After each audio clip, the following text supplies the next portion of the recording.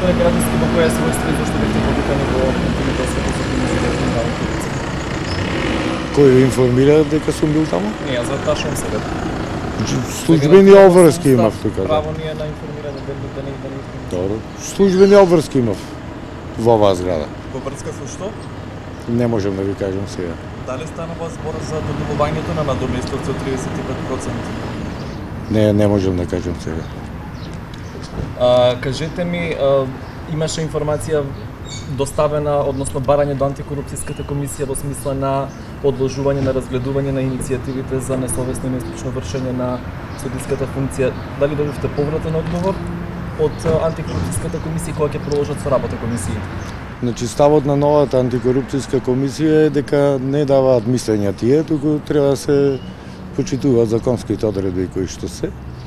Соодветно на тоа и на законската регулатива, ние во Судскиот совет додека трае процесот на избори, нема да имаме процес на избори, разрешување, евентуално конечни одлуки, донесување во врска со тоа и со избор на судија.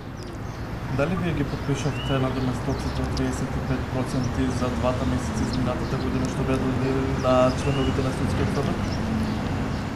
Да, нормално. Јас сум председател на Судскиот совет и председател на Судски буџетски совет.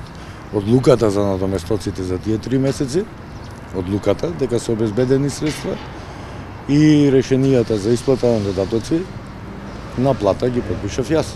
А за мене, мојот заменик. А тоа согласно закон? Нормално.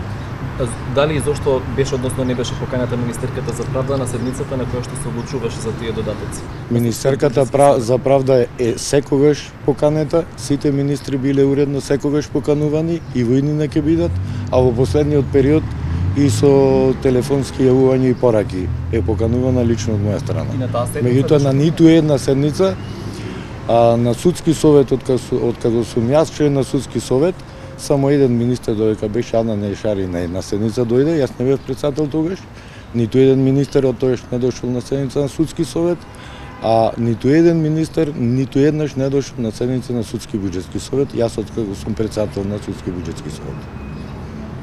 А како член на Судски буџетски совет, министерот, за разлика од членувањето во Судски совет, е со право на глас.